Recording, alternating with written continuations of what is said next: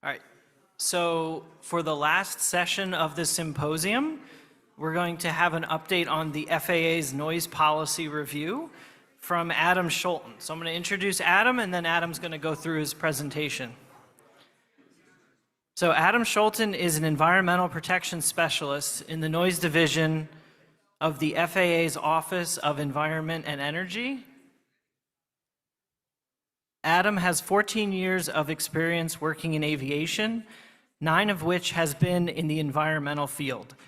Adam began his aviation environmental career as a consultant specializing in airport noise before joining the FAA in 2021. As a consultant, Adam conducted noise modeling utilizing FAA tools such as AEDT and worked extensively to support airports and community roundtables to analyze aircraft flight procedures and provide guidance on the development of alternative procedures that could help to reduce noise exposure. Since joining FAA, Adam has focused on developing methodologies to assist the FAA in assessing noise associated with unmanned aircraft drones and working with others in the noise division to conduct the FAA's noise policy review. And Adam and I worked together at HMMH a few years ago, and Adam, take it away. All right, well, just want to say that we're really grateful to have the opportunity to present here at the symposium again this year. This is my second symposium, and I thought was a really great symposium so far, and the bar's been set really high for my presentation, being the last one, so appreciate all the presentations that came before, and hope it was worth the wait for everyone to hang around for my presentation. So last year, as many of you know, we at the symposium, actually the symposium was the day after we released our Federal Register notice seeking feedback on our noise policy review. And so glad to have the opportunity to come back now roughly a year later and kind of provide just an update on where we are and some of the developments that have happened since then, and take a look at some of the comments that we have and some initial summaries we have that we can provide statistically on the comments that were received. So in the presentation, I'm not going to focus a lot of time on the overview of the noise policy review. You know, I think that a good shout out to Peter Kirsch and his presentation this morning. I think he did a great job talking about the history of our noise policy and kind of what the historical noise issues were that resulted in the policy that we currently have. So really going to be focusing on some of the Noise Policy Review Federal Register notice that we published and the engagement around that, and then dive into the status of where we're at with the comment review, and some preliminary statistics we have on the comments, talk about next steps, and then, of course, you know, the remaining time have for questions. So just as a brief refresher, I know many folks here know about our what the Noise Policy Review is, but there may be a few folks here that don't know or don't remember. You know, the Noise Policy Review was initiated in late 2021. And it was initiated as part of our ongoing commitment to address aircraft noise, and it's building on our work to advance our scientific understanding of noise impacts, as well as you know, the analytical tools and technologies we use to analyze noise. And it's considering a bunch of evidence. Some of that is from the agency's our research program, which includes the Neighborhood Environmental Survey. There's also, we've had some discussions here in some of the other presentations about our RESENT program. You know, that's a source of research that we do. You know, and really look at the distribution of environmental risks, trade-offs, and externalities across communities. And it has 2 primary goals. One is to identify and implement a well-reasoned, scientifically grounded noise policy update that incorporates our updated understanding of aviation noise and human response, and developing those analytical tools that can help to speak to that, and also be an inclusive, transparent, and participatory process that prioritizes input from substantially affected stakeholders, including, you know, the local communities. So kind of how did we get to the review, and what are some of the reasons that we're doing it. Again, I think Peter Kirsch in his presentation this morning in the keynote did a great job of summarizing kind of the historical noise issues and the background of how our noise policy got to being structured the way it is today. So, I'm not going to speak to the historical problem as much because I think he did a great job doing that. But, we've seen since that policy was implemented, a lot of shifts in areas of aviation noise, and the footprint of aviation noise has changed, and the concerns of communities around that. One of the things is that aircraft have gotten a lot quieter over time through improvements in technology.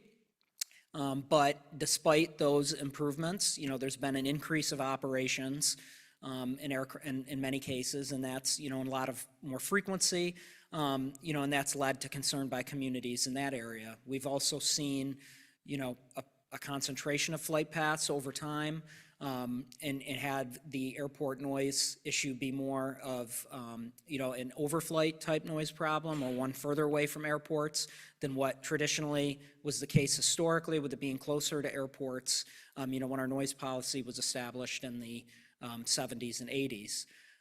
We also have the Neighborhood Environmental Survey, which has been discussed at length in a lot of other presentations here today, and in Peter's presentation this morning. But that overall showed that compared to the Schultz curve, which was used in the establishment of our prior policy, that in general, individuals are more highly annoyed across all the noise levels that were studied, in terms of thinking of the day-night average sound level. And then another aspect is that, we have a lot of new vehicles that are operating in our airspace system that are fundamentally different than traditional aircraft, so to speak, or legacy aircraft like fixed-wing aircraft and helicopters. We have unmanned aircraft that have come in, or drones. We have, urban air mobility or advanced air mobility aircraft that are starting to begin flying. Commercial space, which isn't necessarily a new entrant, as they've been operating for, a few years, but those operations are increasing. And then there's consideration of potentially the reintroduction of supersonic aircraft. So, because of all these reasons, these are some of the factors that, are why we're reviewing our noise policy. The scope of the review of our noise policy is on two primary areas. One is metrics, which we're going to be taking and are taking a hard look at the day-night average sound level, and taking a look at other metrics that may be more appropriate, such as like number above, for example, which has been talked about quite a bit here, and how they're even calculated, because there's different levers you can pull in how you calculate metrics. And then looking at noise thresholds and considering what we found from the Neighborhood Environmental Survey, as well as our other research, investigate, lowering our threshold below 65 dB is what's defined as significant noise exposure for action subject to environmental review under those such as under the National Environmental Policy Act, as well as looking at the definition for the levels of noise exposure that are deemed to be compatible, thinking about, Part 150 and land use. And then where we, do consider new metrics, considering whether it's appropriate or not to establish a threshold for those metrics and what's the value in doing so. Just a couple of key reminders about our policymaking outcomes and what our policy changes will and won't affect. Some potential outcomes of our policy changes would be updates to the various regulations and guidance and orders that we have that implement our noise policy, such as Part 150 or FAA Order 1050.1, the current version is F. But those are the regulations and different examples of some of the orders that we'd have to update, if we make changes to our policy. It could change the level of review that we do for a given action. We have different tiers of environmental review depending on the action, and a result of this process could be that we may do more rigorous levels of environmental review, for certain actions. And it could also just be in general improving our communication around noise impacts to the public, whether that be through different metrics and thresholds and using that to illustrate different qualities of noise, or providing more guidance on communicating around noise with communities and other stakeholders, and also, how we illustrate noise and how, maybe that factors into our decision-making process. Some things, though, our policy changes aren't going to affect our current aviation noise exposure, where aircraft are currently flying now and those current noise exposure levels. Just a change in policy itself is not going to affect that today. And where and when aircraft fly also, that's not going to be impacted. And then, any environmental reviews that have been completed in the past or ones that are ongoing right now, those would not be, impacted, but, there would be a point where future environmental reviews would, adapt to the changes that we make in our policy as it's implemented. So that's kind of the background on our policy. Did want to speak just briefly about the Federal Register notice and engagement around that. I know many of you know about that, but just, that when we were here last year for the symposium, we had literally just published it the day before, and that's kind of how we got to where we are today with the comment review. So the Federal Register notice for the noise policy was published on May 1st of 2023. And initially, we had a 90-day comment period for that was going to end at the end of July. But we ended up extending it an additional 60 days, and the comment period closed at the end of September. And the reason that we extended that comment period was because we received a lot of requests from the public, elected officials, and trade groups and industry that they needed more time to comment on the policy review, and we wanted to make sure that that request was granted and that folks had the opportunity to do so.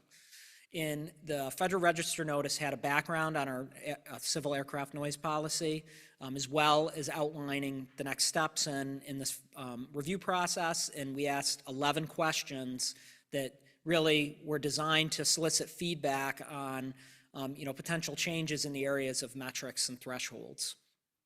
And in that included a link to a companion framing paper, which was the foundational elements of the FAA's civil aviation noise policy, and that was intended to be read in parallel with the FRN, or the Federal Register notice, I should say, and provided additional context on the questions we were asking, our noise policy, and background.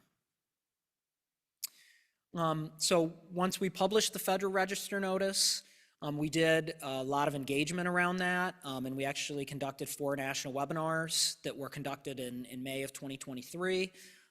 In addition to that, we did briefings throughout the summer and fall to a bunch of different community organizations, trade groups and airport operators, and basically, if a group wanted us to do a briefing on it and requested us to do so, we would entertain that.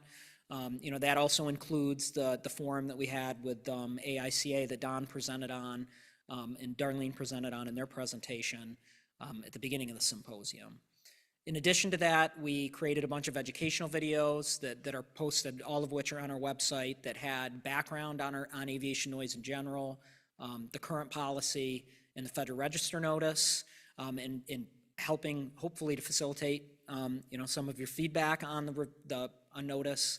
We also did some translation of the materials into Spanish and Chinese, and we have a landing page that was created that contains all those materials, in addition to recordings of the webinars, and is providing updates on the policy review process, and we're updating that as we go through that.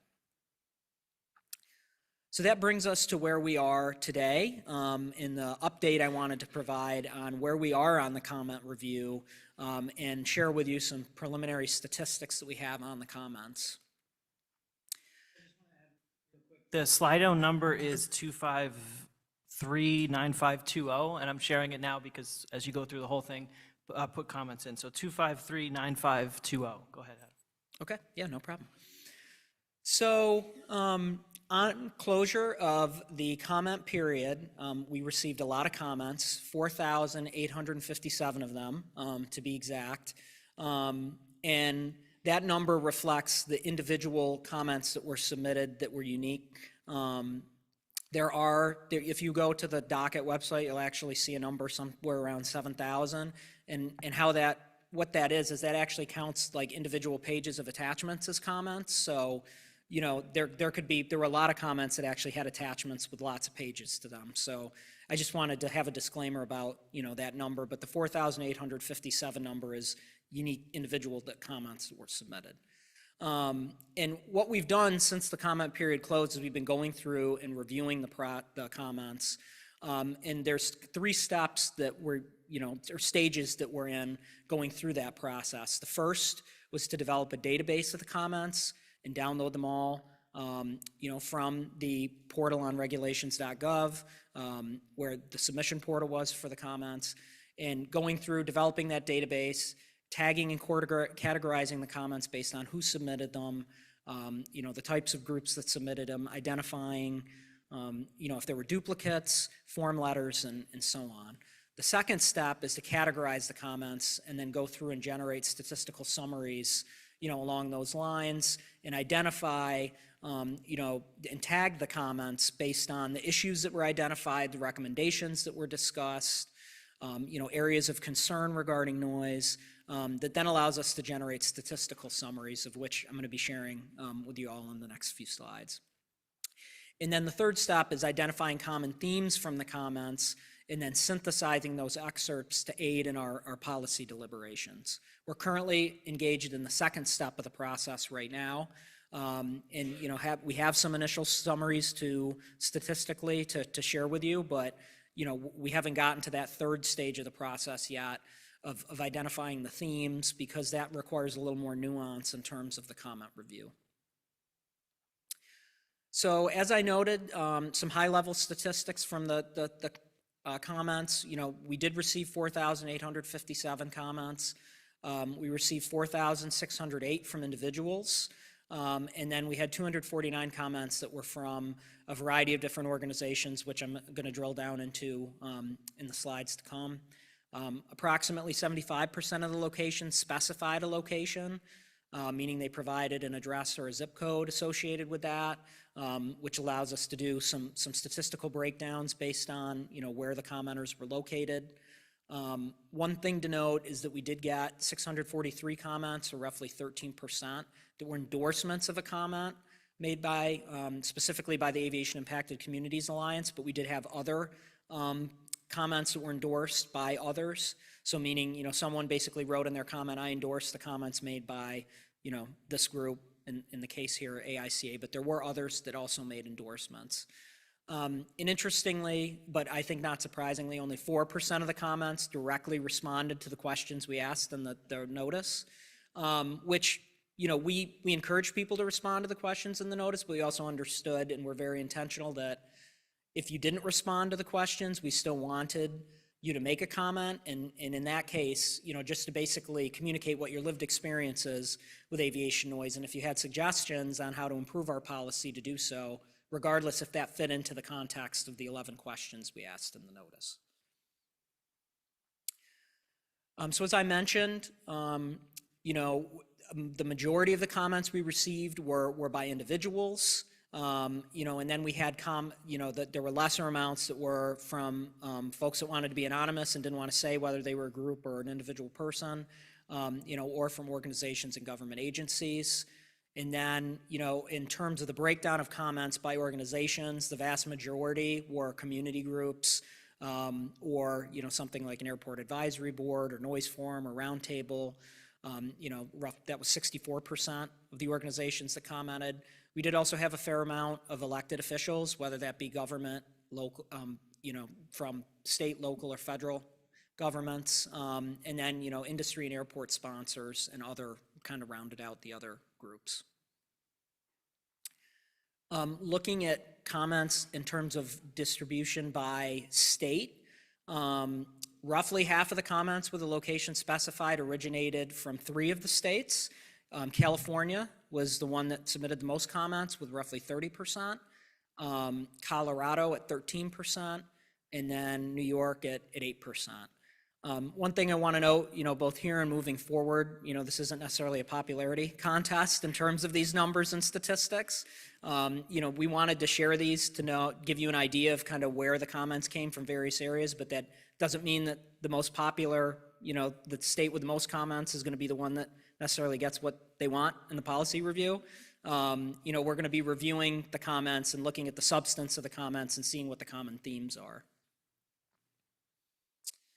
Also, so we also looked at if comments mentioned an airport in them. There were a lot of comments that didn't, but roughly half, if 48% did mention a specific airport with regards to their noise concerns. And the airport with the most was actually Sacramento. I will say that's a little bit of a surprise to us, but that is the one with the most comments. The Rocky Mountain Metropolitan Airport in Colorado also had a lot of comments as well. And then that was followed by, Ronald Reagan National Airport, LaGuardia, Burbank, and then, there's the others below that, but those are the top 10.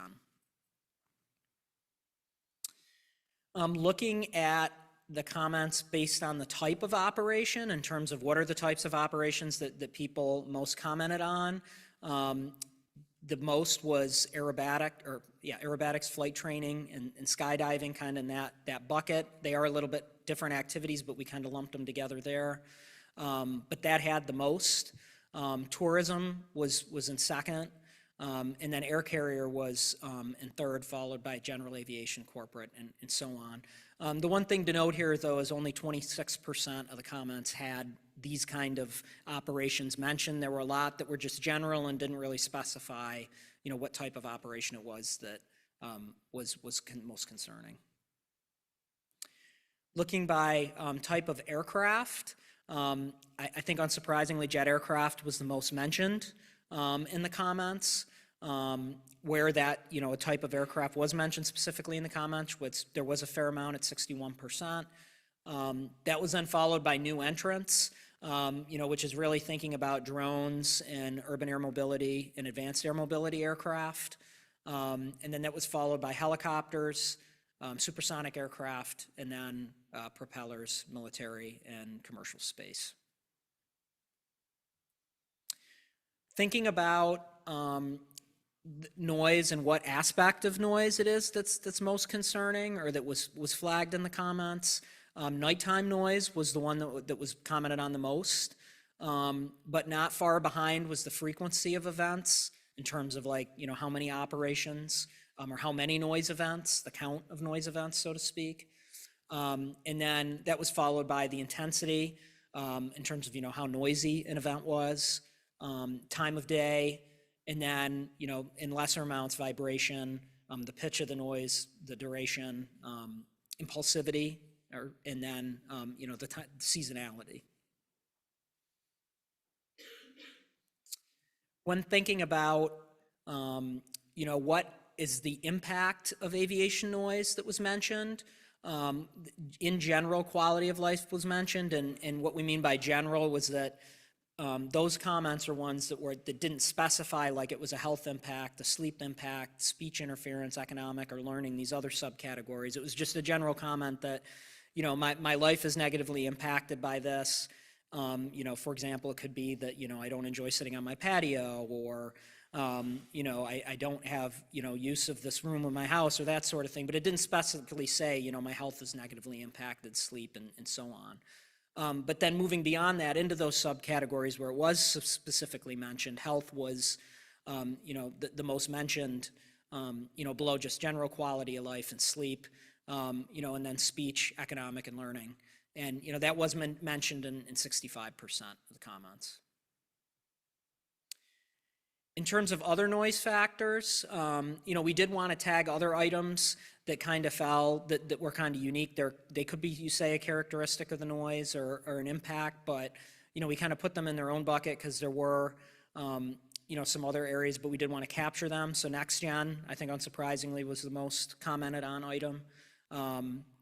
Just flight paths in general, with I think a focus on concentration was the second most, and then the altitude of the flights, and then communicating around noise, and then thinking about the growth in noise, or in operations, curfews, environmental justice concerns, and so on. And these were mentioned in roughly 73% of the comments. One of the things that we looked at too was, did the comments provide a recommendation or not? So, we did encourage folks to comment, even if they didn't have a recommendation, to say what Their concerns were about our existing noise policy and the existing characteristics of aviation noise. And that was, 55% of the comments that we received. But then, thinking about the remaining comments, 24% did contain a recommendation for how we should change our noise policy. And then on top of that, there were 19% that were form letters that endorsed a comment someone else made with a recommendation, for changes to our noise policy. And then there were 2% of the comments that just, there wasn't really any issue identified, and those were ones that may have even dealt with things like emissions, for example, that really didn't have anything to do with aviation noise. And so, one of the things that we looked at in looking at the comments too is we wanted to do a preliminary analysis on what noise metrics were mentioned and a sentiment analysis of were people in support of the metric or were they opposed to the metric. In thinking about, and I want to caveat this with DNL, we kind of broke it out into a few different areas because for DNL specifically, there was a lot of mention of whether DNL should be used for a close-in community or communities further away from the airport or overflight communities, so to speak. And then there was a lot of mention of DNL in general without specifying a location. So thinking about that, where just DNL was generally mentioned, I think unsurprisingly that, based on, what we've seen in people talking, in communities here today, it was overall not recommended in the comments, overwhelmingly. But if you think about DNL in terms of location, whether it's a close-in community or another cumulative metric like CNEL, for example, there actually was a lot of support in the comments for use of it if it's being applied near an airport. But further away for an overflight community, there was not a lot of support or it wasn't recommended. Number above, or NA, overwhelmingly was supported. There wasn't anyone that commented in opposition, really. And then some of these other metrics as well, time above, which is also a flavor of a single event metric that it was, also heavily mentioned, LMAX, and then there's other variations here of cumulative metrics and single event metrics that were used as well. But there overall was a lot of support for, event-based metrics and specifically single event-based metrics and number above. Another thing we looked at is averaging of metrics. In the sentiment there, it's been talked about in the presentations before mine, but it was not a lot of support for average annual day. But there was a lot of support in terms of if you're averaging, looking at a peak operations day. But thinking in general, if averaging was specified in terms of the use of a metric, there wasn't a lot of support for the averaging of metrics in general, but it wasn't really mentioned that much. And then there was some support, although wasn't mentioned a lot, about using seasonality in the incorporation of averaging. So those are just some initial, very preliminary statistics that I wanted to present to, and we wanted to share with you. Do want to note that just if I didn't mention a metric in there, like for example, ambient noise wasn't mentioned in the analysis, that doesn't mean that that wasn't commented on and that we're not going to consider it. Or if there was a metric that was commented on, or you made a comment and it wasn't listed in our analysis, that doesn't mean that we aren't considering it. These are some preliminary summaries, and there's going to be additional statistical summaries that we do as we go through this process. But just wanted to share some initial ones today that we've been able to complete. And then as far as next steps, following the completion of the review of the comments, of which we're only in the second step of now, and we do have a lot of comments to review, we do intend to publish another Federal Register notice announcing revisions that we're going to make to our policy. The contents of that at this time, we don't know, but we do intend to do that. And the exact timing of that is to be determined, because we're still in the middle of reviewing the comments at this point and have another step to go before we're going to have the point of having the comment review completed and having that in a state to continue to help inform our deliberations.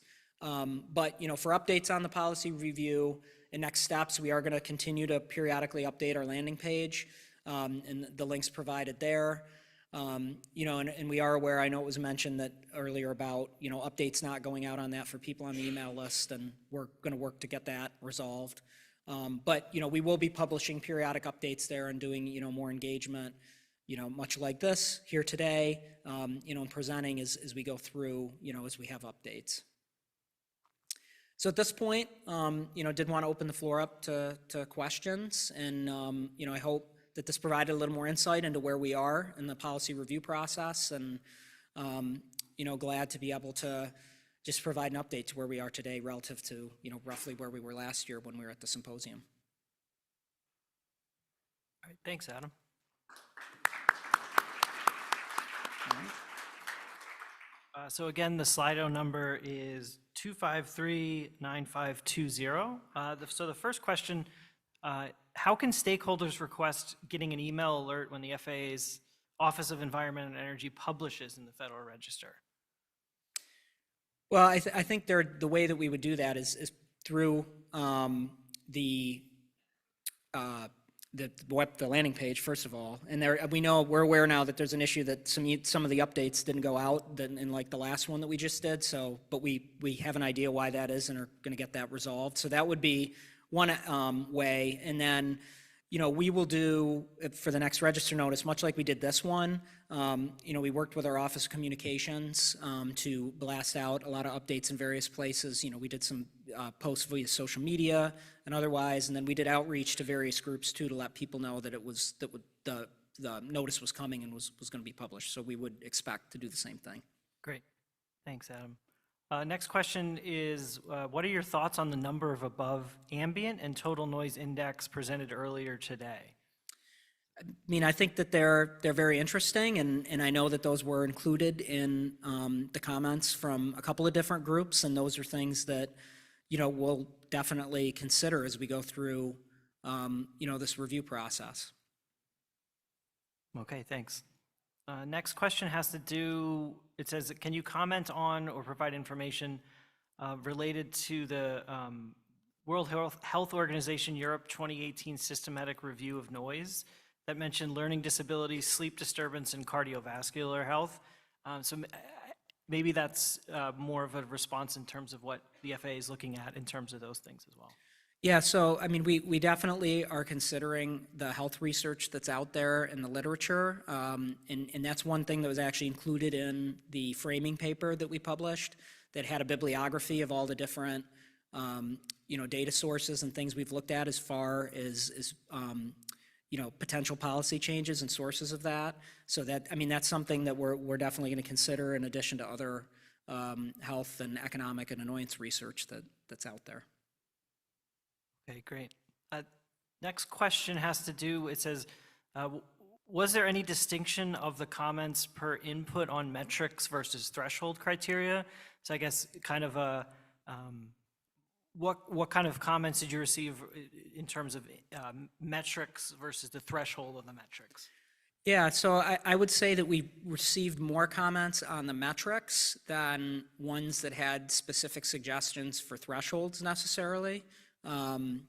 There definitely were comments that did provide suggestions for thresholds, but I think those were fewer in nature than, and this is just based on, where we're at in the comment review. We're still going through it. We may find that, maybe there were more comments that had more threshold suggestions, but, at least where we're at now, there was more, I think, of a focus on the metrics to be used in suggesting maybe some potential thresholds, but not, saying that this necessarily is like the threshold you should use. But there were definitely comments that did say that as well. Okay, great. That's kind of it with questions at this point. So I don't know if there's any other questions from the group. But Justin, did you want to get Sherry to finish, or do you want me to do it? I can. Okay. So I think that's it with the questions then. So thank you, Adam, for your presentation. We appreciate it. Thanks, everyone. And so that wraps up the 2024 UC Davis Aviation Noise and Emissions Symposium. So I'd like to just say thank you for everyone that stuck around through the entire symposium here in the last session. And also, Sandra was on maternity leave, and so Sherry and the rest of the team was able to pull this together, and so we appreciate that. And all the other, I'd like to thank all the committee members that put this symposium together. And then also after, I think in the next week or so, there's usually an email about sort of feedback. And we do appreciate feedback on putting this together because we want to make sure that it's beneficial to everyone that attends, because we have a wide variety of people and interests that attend this. And so we want to make sure that you get the most out of it each year. So please provide that feedback. And I guess, Justin, if you want to wrap up, thank you. Yeah, just, UC Davis is gonna try to get the recordings up as soon as possible, so be on the lookout for that. I know a lot of people are interested in seeing those. And yeah, please, your feedback is appreciated. What worked well, what maybe could be done better next year. I am told that we will likely be returning in here to Palm Springs. We will be in Palm Springs. If I remember, Sandra said that they have I think it's a three-year contract, so they will be back in Palm Springs next year. I don't know the dates, but it will be it will be here. Yeah, it should be coming out soon, so look for that. Thank you all. Thank you. Appreciate it. Have a good one.